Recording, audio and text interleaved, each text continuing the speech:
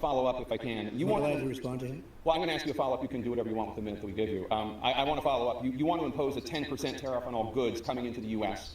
How will you ensure that that doesn't drive prices even higher? It's not going to drive them higher. It's just going to cause countries that have been ripping us off for years, like China and many others, in all fairness to China, it's going to just force them to pay us a lot of money, reduce our deficit tremendously, and give us a lot of power for other things. But he made a statement. The only thing he was right about is I gave you the largest tax cut in history. I also gave you the largest regulation cut in history. That's why we had all the jobs. And the jobs went down, and then they bounced back, and he's taking credit for bounce-back jobs. You can't do that. He also said he inherited 9% inflation. No. He inherited almost no inflation, and it stayed that way for 14 months. And then it blew up under his leadership because they spent money like a bunch of people that didn't know what they were doing, and they don't know what they were doing. It was probably the worst administration in history. There's never been. And as far as Afghanistan is concerned, I would disagree with that. I'm pretty sure other administrations were worse with inflation. I guess we can look that up. Oh, fucking hell. So many lies. Worst inflation.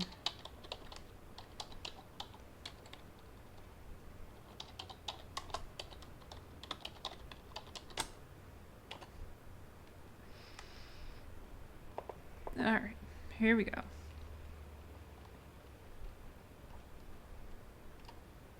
This is another point. How much control does the president really have over inflation? They're all puppets, so probably not much.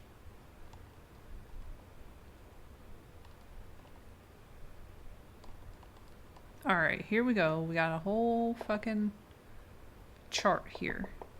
It's Carter. I was going to say it was Carter. I didn't know exactly if I should say it because I watched the SNL and the inflation was insane there. But yeah, it's Carter right there. Biden is number 3, so not true. Let's move on. I was getting out of Afghanistan, but we were getting out with dignity, with strength, with power. He got out. It was the most embarrassing day in the history of our country's life. President Trump, over the last 8... I'm pretty sure it's not the most embarrassing day in the history of our country's life. I don't know how you would quantify, how you would find that to be, like what you could define that as, because that's very subjective. But I'm sure that's not true. That's obviously hyperbole. Years under both of your administrations, the national debt soared to record highs. And according to a new nonpartisan analysis, President Trump, your administration approved $8.4 trillion in new debt, while so far, President Biden, you've approved $4.3 trillion in new debt. Oh, we're fact-checking now? Now we're fact-checking. We couldn't fact-check in the very beginning with all the lies that were happening, but now we're doing it. Oh, look at his face.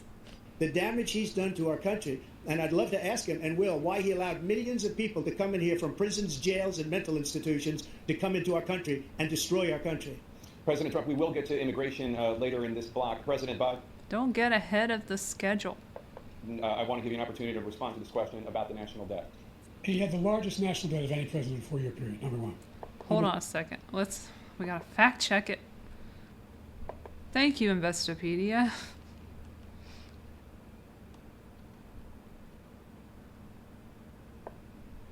We're at 33.99 trillion as of January 2024.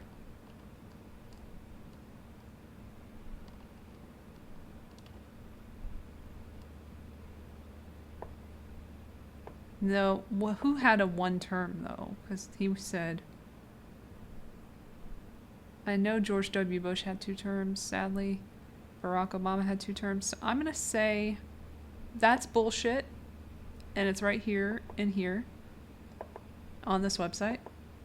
Shit. I can't get rid of that. I hate when that happens.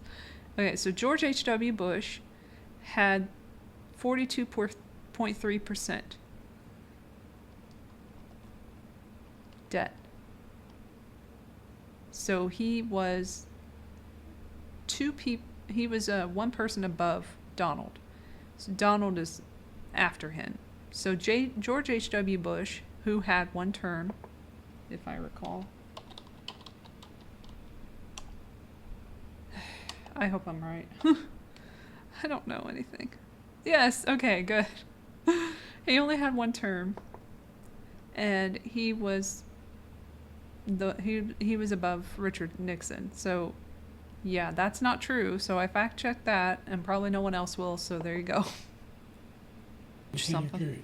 We'd be able to wipe out his debt. We'd be able to help make sure that all those things we need to do, child care, elder care, making sure that we continue to strengthen our health care We need a little elder care here, don't we? Oh my gosh. system, making sure that we're able to make every single solitary person eligible for what I've been able to do with the COVID. Excuse me, with dealing with everything we have to do with. Look. Oh my gosh. We're watching him implode. Oh my gosh. This is just sad at this point. If we finally beat Medicare. Thank you, President Biden. President Trump? We finally beat Medicare. He really just said that. Hold on a second. Let's relive that moment. Dealing with everything we have to do with. Look.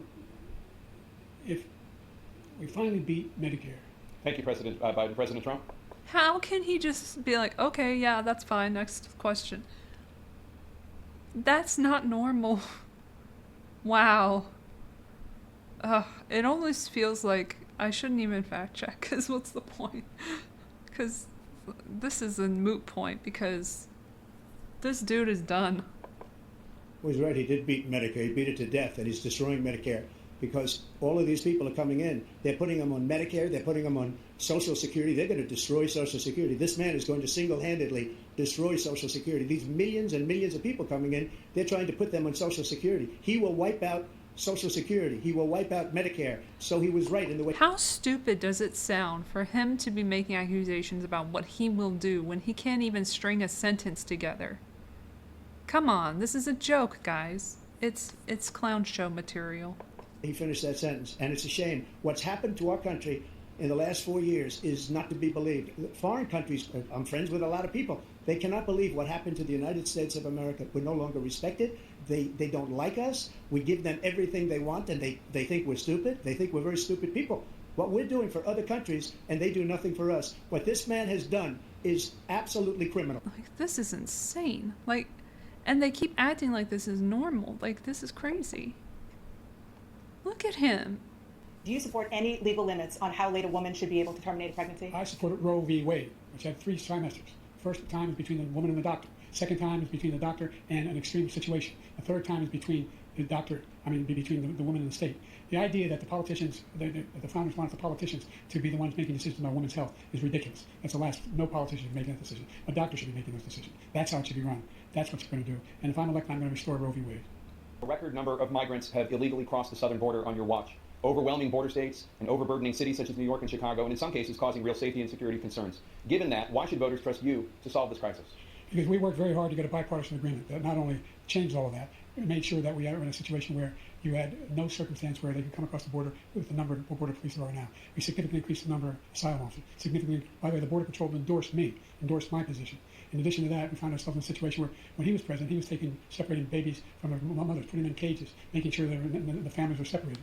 That's not the right way to go. What I've done. That was actually your guy. Let's get that information here. Was hoping that would come up.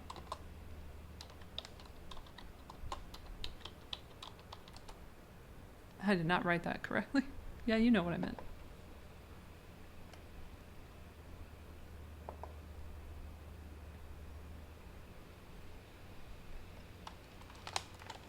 So the kids in cages is an Obama thing. They did that.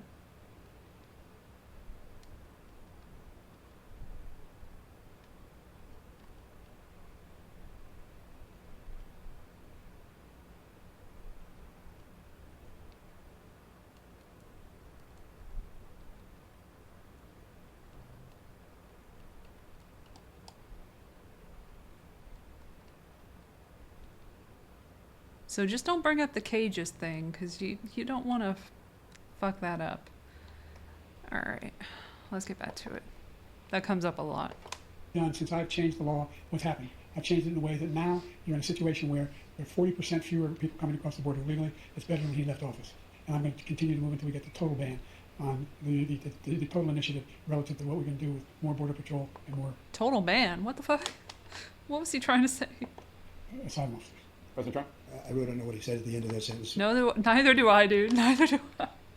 None of us do. He doesn't. No one does.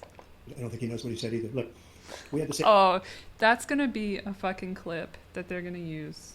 Oh dear. He's just imploding on purpose, I swear. safest border in the history of our country. All he had to do was leave it. All he had to do was leave it. He decided to open up our border, open up our country to people that are from prisons, people that are from mental institutions, insane asylum, terrorists. We have the largest number of terrorists coming into our country right now. All terrorists, all over the world, not just in South America, all over the world. They come from the Middle East, everywhere. All over the world, they're pouring in. And this guy just left it open. And he didn't need legislation, because I didn't have legislation. I said, close the border. We had the safest border in history. In that final couple of months of my presidency, we had, according to Border Patrol, who is great, and by the way, who endorsed me for president, but I won't say that, but they endorsed me for president. Brandon, just speak to him. But look, we had the safest border in history. Now we have the worst border in history. There's never been anything like it. And people are dying all over the place, including the people that are coming up in Thank you, President caravans. Trump. President Biden? The only terrorist who's done anything across the border is one who came along and killed three, under his administration, killed an Al-Qaeda person who came in his administration, killed three What? American soldiers, killed 3 American soldiers. That's the only terrorist that's there. I'm not saying that no terrorists ever got through with the idea they're emptying their prisons. We're welcoming these people. That's simply not true. There's no data to support what he said. Once again, he's exaggerating. He's lying. President Trump, staying on the topic of immigration, you said that you're going to carry out, quote, the largest domestic deportation operation in American history, unquote. Does that mean that you will deport every undocumented immigrant in America, including those who have jobs, including those whose spouses are citizens, and including those who have lived here for decades? And if so, how will you do it? Just 1 second. He said we killed 3 people. The people we killed are al-Baghdadi and Soleimani, the 2 greatest terrorists, biggest terrorists anywhere in the world. And it had a huge impact on everything, not just border, on everything.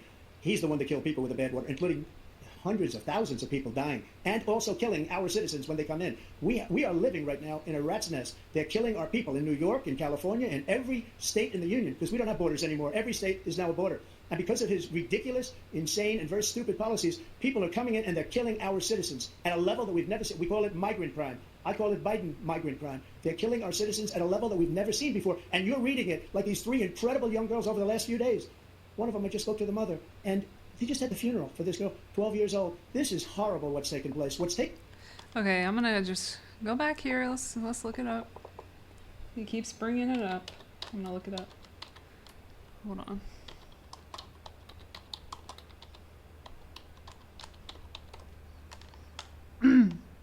Let's try this. NBC News. Alright, let's see what they cite. It's a poll. Well, that's pretty subjective. Okay. An NBC News review of available 2024 crime data from the cities targeted by Texas Operation Lone Star, which buses or flies migrants from the border to major cities in the interior, shows overall crime levels dropping in those cities that have received the most migrants. Overall crime is down year over year in Philadelphia, Chicago, Denver, New York, and LA. Crime has risen in Washington, D.C., but local officials do not attribute the spike to migrants. This is a public perception problem. It's always based upon these kinds of flashpoint events where an immigrant commits a crime. Okay. At least a couple of recent studies show that undocumented immigrants are also not more likely to be involved in crime, says this person. You know what? I think it is hyperbolic. It's not that. It's just little pockets. It's kind of like what they do with the Black Lives Matter campaign. The whole everybody is being pulled over and treated like shit and killed by cops because of some incidents involving that. It gets politicized that way. And this is similar to that, I think. This is like the right-wing version of that. Never heard so much malarkey in my whole life. But the fact of the matter is that we're in a situation where, let's take the last point first. Iran attacked American troops, caused brain damage for a number of these troops, and he did nothing about it. Recently, not when he was president. They attacked. He said they're just having headaches. That's all it is. But he didn't do a thing when the attack took place, number one. Number two, we got over 100,000 Americans and others out of Afghanistan during that era. Number three, we found ourselves in a situation where, if you take a look at what Trump did in Ukraine, this guy told Trump, do whatever you want, and do whatever you want. And that's exactly what Trump did. Putin encouraged him, do whatever you want. And he went in. And listen to what he said when he went in. He was going to take Kyiv in 5 days, remember? Because it's part of the also. Okay, I'm going to have to check that. I have no idea what it means, but I'm going to try and fact check that. Putin, Trump, do whatever. No idea what that means, but let's continue.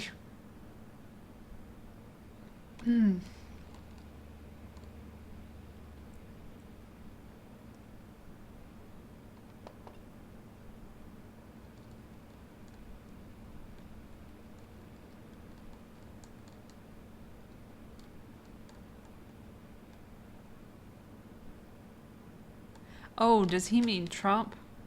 I need him to... Hold on, what? Hold on a second.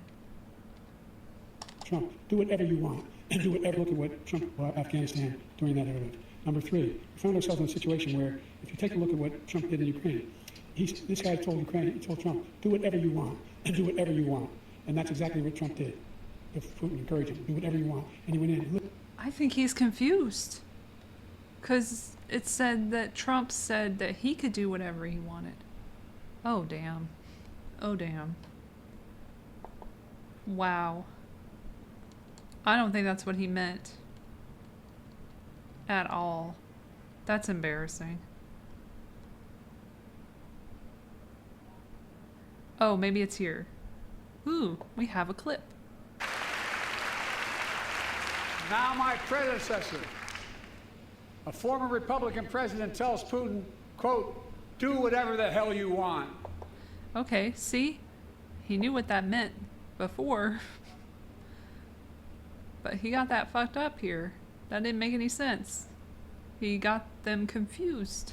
Let's move on. Listen to what he said when he went in. He was going to take Kyiv in 5 days, remember? Because it's part of the old Soviet Union. That's what he wanted to reestablish. Kyiv. And he, in fact, didn't do it at all. He wasn't able to get it done. And they've lost thousands and thousands of troops, 500,000 troops. President Trump, I never said that. For 1 minute, I just want to go back to my original question, which is, are Putin's terms acceptable to you? Keeping the territory in Ukraine? No, they're not acceptable. But look, this is a war that never should have started. If we had a leader in this war, he led everybody along. He's given $200 billion now or more to Ukraine. He's given $200 billion. That's a lot of money. I don't think there's ever been anything like it. Every time that Zelensky comes to this country, he walks away with $60 billion. He's the greatest salesman ever. And I'm not knocking him. I'm not knocking I mean, he is correct there. Come on now. anything. I'm only saying the money that we're spending on this war, and we shouldn't be spending, it should have never happened. I will have that war settled between Putin and Zelensky as president-elect before I take office on January 20th. I'll have that war settled. People being killed Let's see if that happens. so needlessly, so stupidly, and I will get it settled, and I'll get it settled fast before I take office. Moving on to the Middle East. In October, Hamas attacked Israel, killing more than 1,000 people and taking hundreds. Out of nowhere. It just happened out of nowhere. We couldn't have ever predicted that that would happen. It's not like there were settlements way before that. And also funding of that terrorist organization by the terrorist state of Israel run by Benjamin Netanyahu. Of hostages. Among those held and thought to still be alive are 5 Americans. Israel's response has killed thousands of Palestinians and created a humanitarian crisis in Gaza. President Biden, you've put forward a proposal to resolve this conflict, but so far Hamas has not released the remaining hostages, and Israel is continuing its military offensive in Gaza. So what additional leverage will you use to get Hamas and Israel to end the war? You have 2 minutes. Number one, everyone from the United Nations Security Council, straight through the G7, to the Israelis and Netanyahu himself have endorsed the plan they put forward. Which has 3 stages to it. The first stage is trade the hostages for a ceasefire. Second phase is a ceasefire with additional conditions. The third phase is the end of the war. The only one who wants the war to continue is Hamas, number one. We're the only ones standing out. We're still pushing hard to get them to accept. In the meantime, what's happened? In Israel, we're kind of sitting I'm calling bullshit on that as the plane comes by. Let's see. Hamas proposal. Let's see. Hamas, which Biden said received the proposal from Qatar, released a statement reacting positively. Let's read that statement, shall we? This is May 31st. Palestinian Islamist group Hamas on Friday said it had a positive view of the contents of a 3-phase ceasefire proposal announced by U.S. President Joe Biden for a permanent ceasefire in Gaza.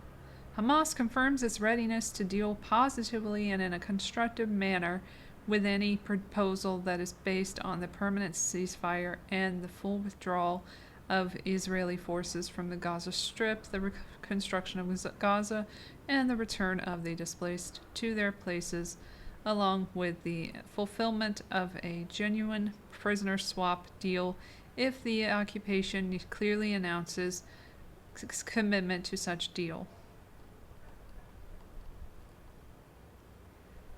Prime Minister Benjamin Netanyahu's office said that Israel had authorized negotiators to present a Gaza truce deal after Biden revealed details of the ceasefire plan. Now, what happened with that? What the fuck happened with that, though?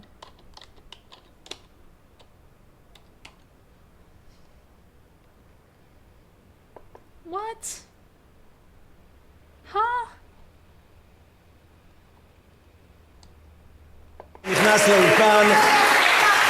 Hold up. Sorry about your ears. Let me go down. השלב העצים של המלחמה בחמאס עומד להסתיים. זה עומד להסתיים. זה לא עומד להסתיים, אבל המלחמה בשלב העצים שלה עומדת להסתיים. ברפיח, זה נכון. אנחנו נמשיך אחר כך בכיסוח הדשא. לא נוותר לי. אגב, אתם רואים את זה. אתמול כמעט, יכול להיות שחיסלנו, אנחנו עדיין לא יודעים, מספר 4 בחמאס, אנחנו מכים בהם ומכים בהם בעוצמה. אבל אחרי סיום השלב העצים, תהיה לנו אפשרות להעתיק חלק מהכוח צפון. ואנחנו נעשה את זה. קודם כל למטרות הגנה, ושנית, כדי להחזיר גם את התושבים שלנו הביתה. אם נוכל, נעשה את זה בדרך מדינית, אם לא, נעשה את זה בדרך אחרת. Netanyahu says he won't agree to a deal that ends the war in Gaza, testing the latest truce proposal. This is literally from June 24th, 2024. So it was a couple of days ago. And they did not deviate dramatically from what he has said previously about his terms for a deal, but they come at a sensitive time as Israel and Hamas appear to be moving further apart over the latest ceasefire proposal, and they could represent another setback for mediators trying to end the war.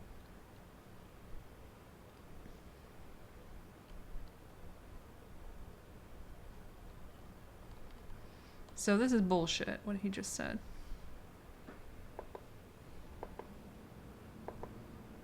Complete and utter bullshit.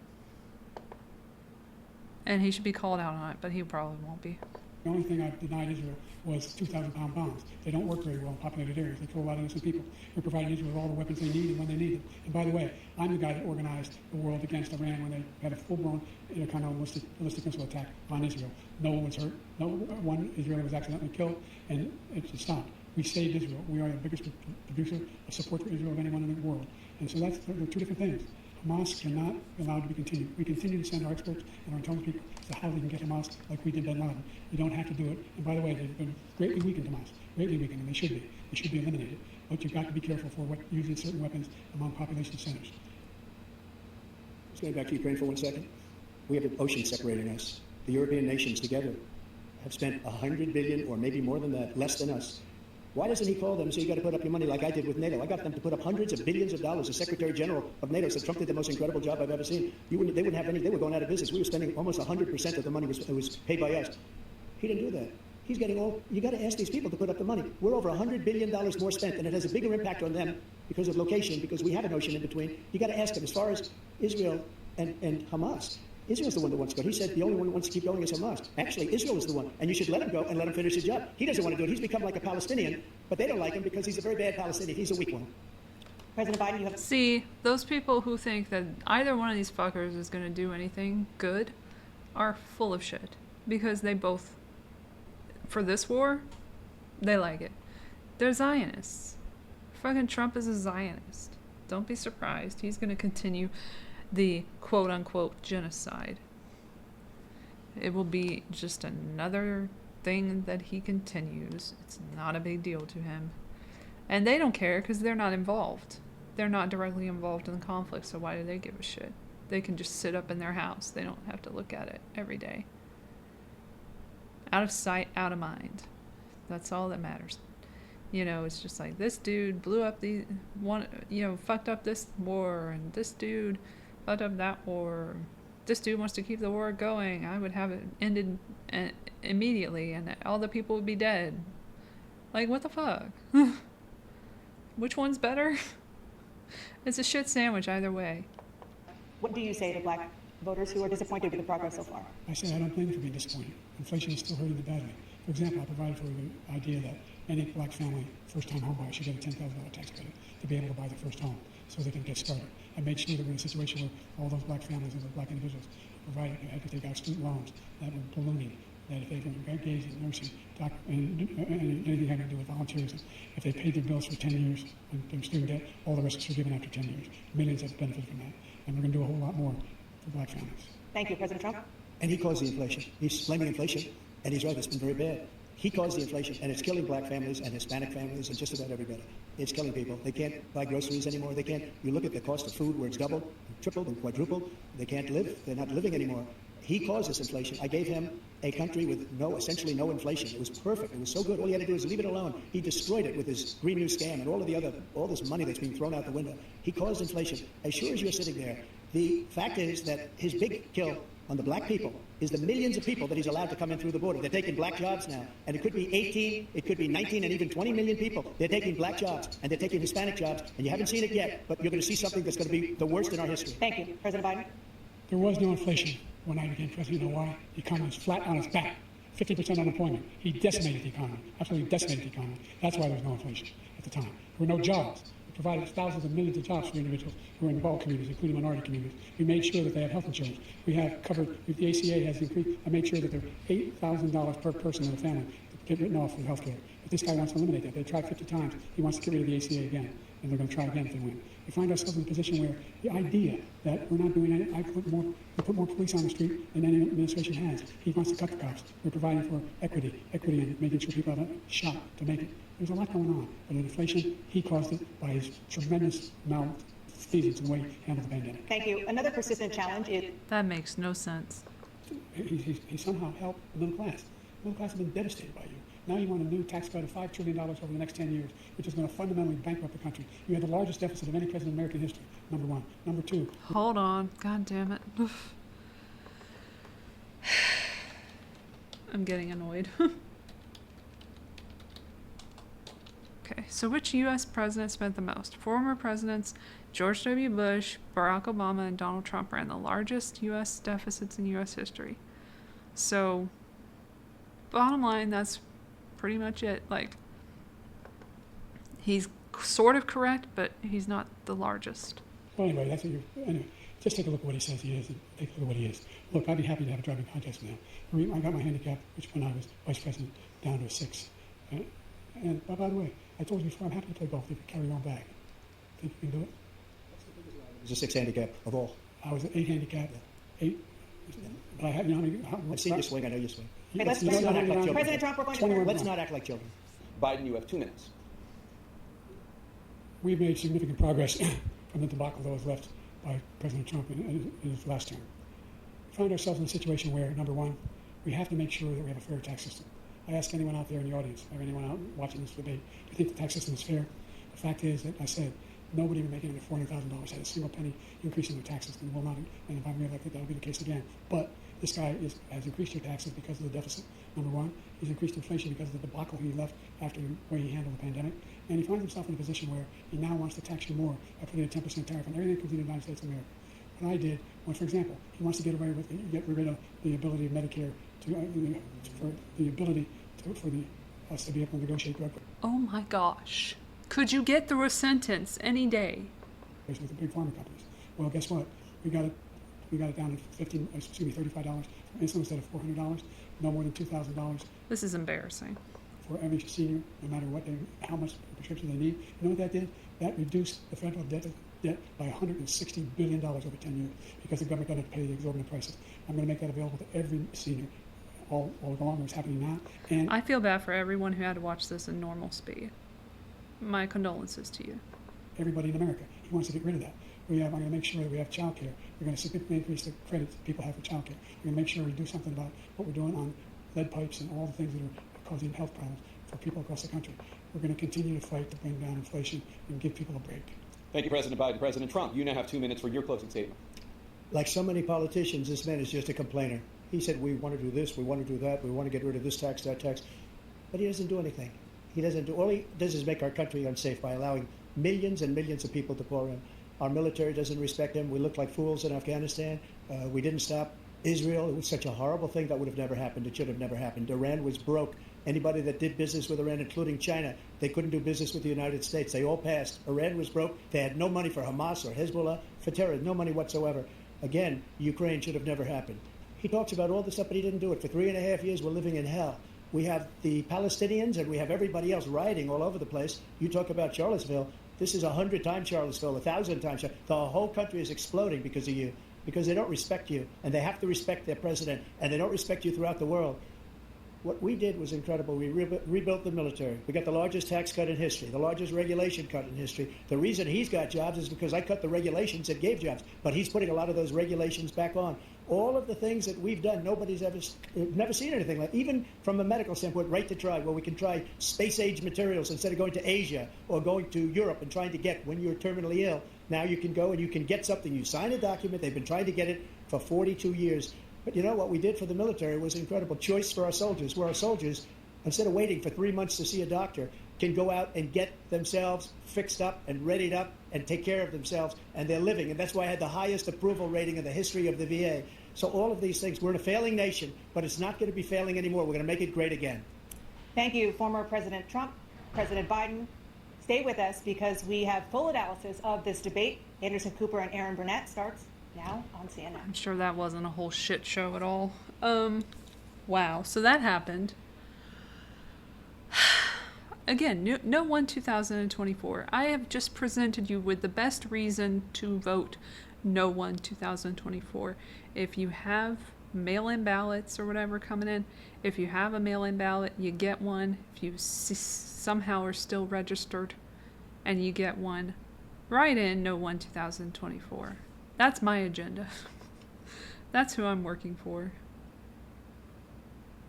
I mean, dude, join me in the revolution. We deserve better. We can do this ourselves at this point. Like, who are we kidding?